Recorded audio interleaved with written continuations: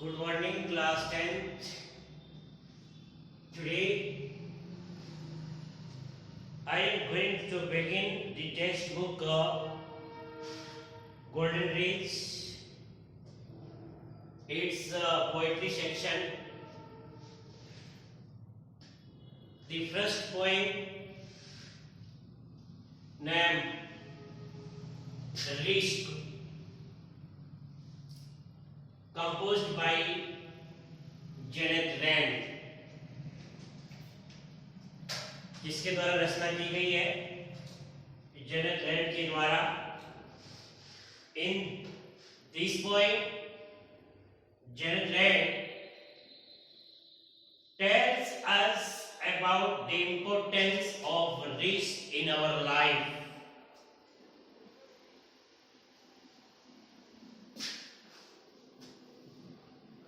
First of all, I want to tell you the main points of the poem, The Risk.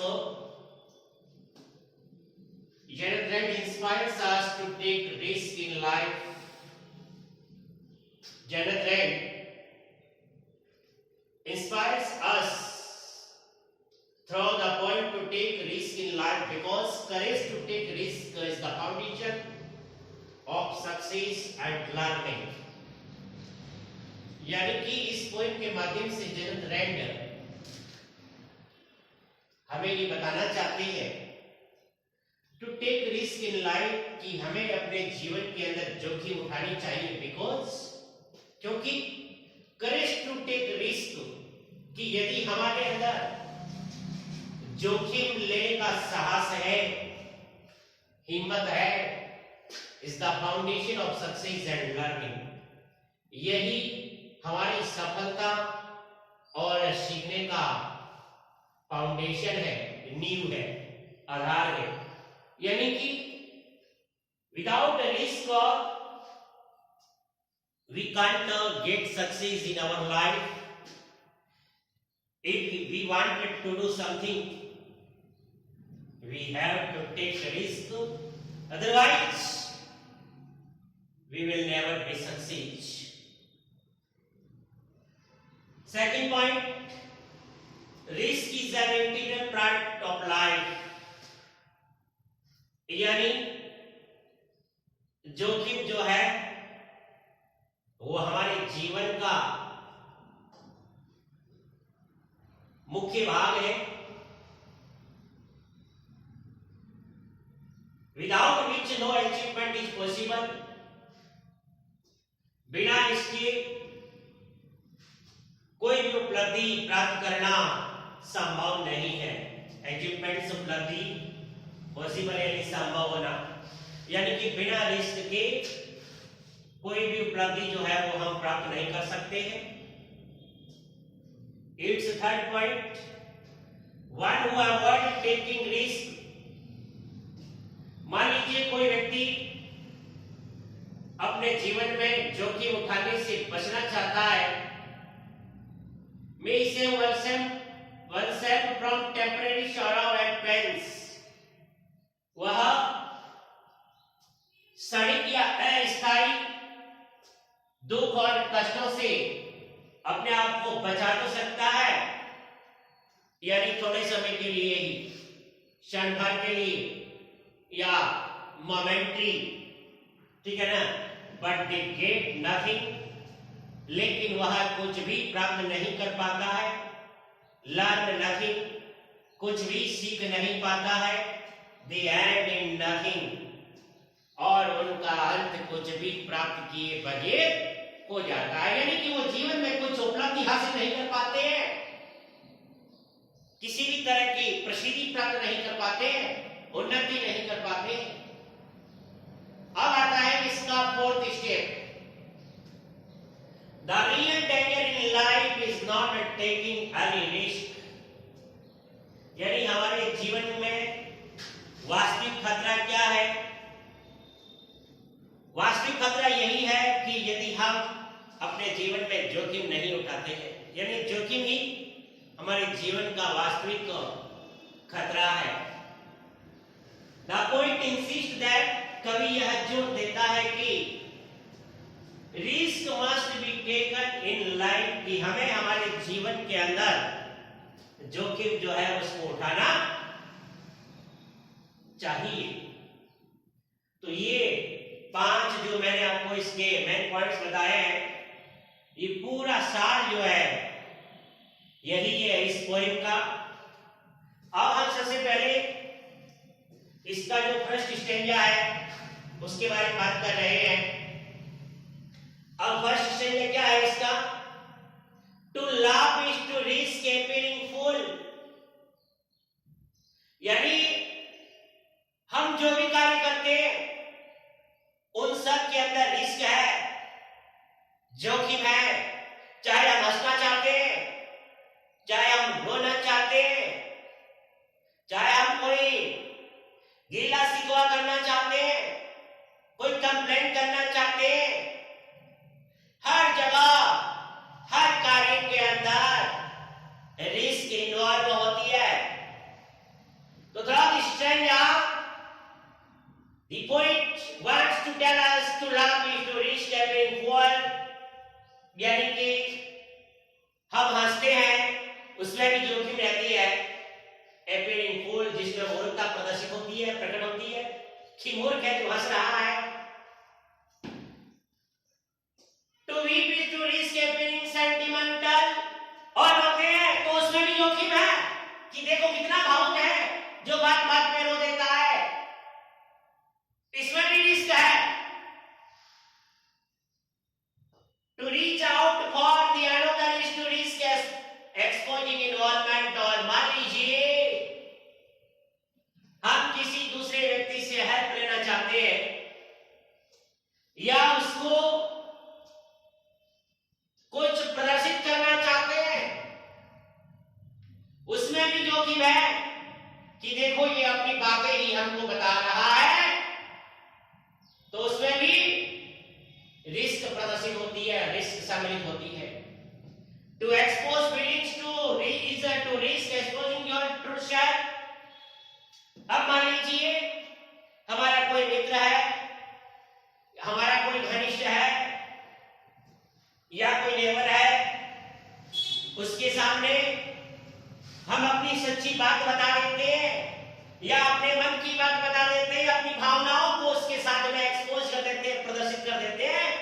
is to risk exposing your true self, तो उसमें भी ये जोखिम रहता है कि ये अपनी मन की बात भी हमें बता रहा है, अपना भेद दे रहा है।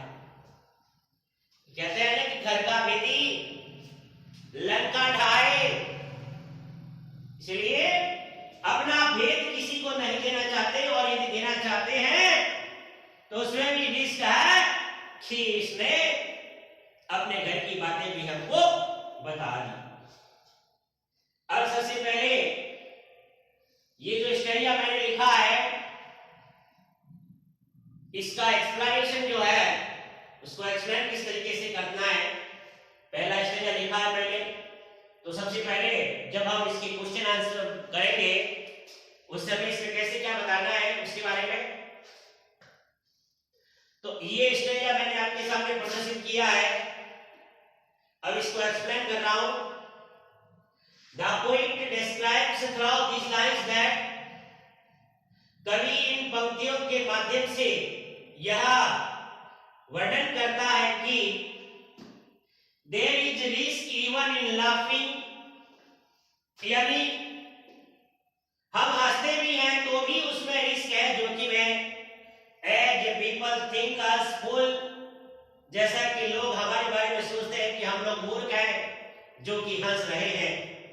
When we laugh, जब हम हंसते हैं तो लोग कहते हैं देखो मूर्ख हंस रहा है। अब उसमें भी जोखिम है, लोग क्या कहेंगे, यार हम हंसे नहीं, क्यों कि लोग हमको देखेंगे कि वो हंस रहा है, क्या कहेगा, यार मूर्ख हंस रहा है, तो वो भी जोखिम हो गई। There is a risk of being called sentimental, और जब हम भावनात्मक रूप से पेश आते हैं लोगों के सामने या अपनी भावनाएं उजागर करते हैं या हम भावुक हो जाते हैं या हम रोते हैं, तो लोग कहते हैं देखो ये तो व्यक्ति सेंटिमेंटल है, भावुक है, व्हेन वन वीक, जब कोई व्यक्ति रोता है तो लोग उसको क्या कहेंगे कि अरे ये तो सेंटिमेंटल है, इसको कुछ मत कहो, ये तो अभी रो देगा। तो उसमें भी रिस्क है। Trying to keep relationship with others. अब मान लीजिए हम किसी के साथ में अपना रिश्ता बनाना चाहते हैं, किसी को अपना मित्र बनाना चाहते हैं, किसी को अपना पड़ोसी बनाना चाहते हैं, उसमें भी रिस्क है कि देखो चिकनी चुपड़ी बातें करके अपना स्वार्थ सिद्ध करने के लिए इनको अपने नजदीक को खींच रहा है। There is risk of exposing one's true self, और अपनी वास्तविकता प्रदर्शित करने की भी जोखिम होती है।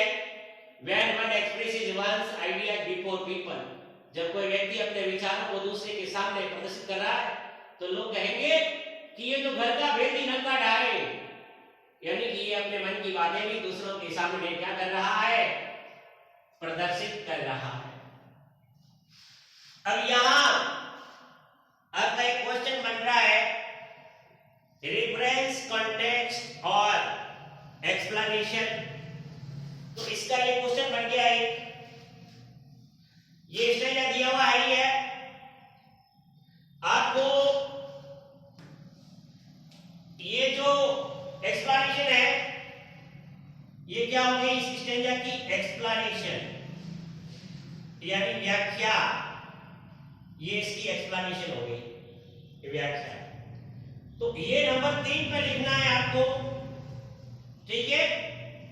नंबर 1 पे क्या लिखना है, रेफरेंस। सबसे पहले तो क्या करना है, ये स्टेंजा नंबर 1 लिखना है। स्टेंजा नंबर क्या लिखना है, 1 लिखना है। उसके बाद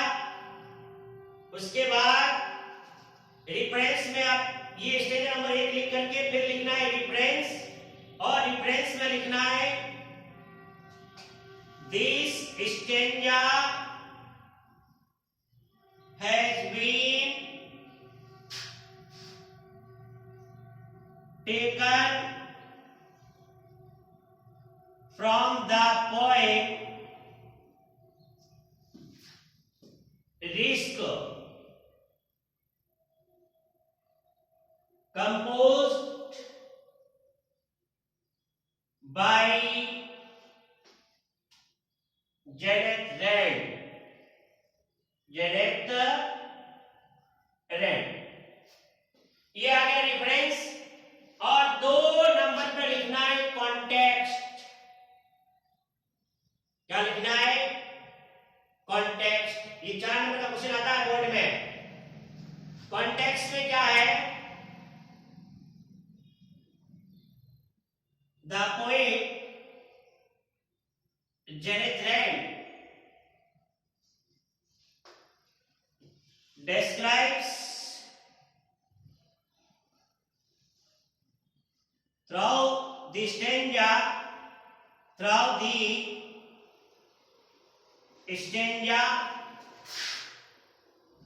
that there is a risk in a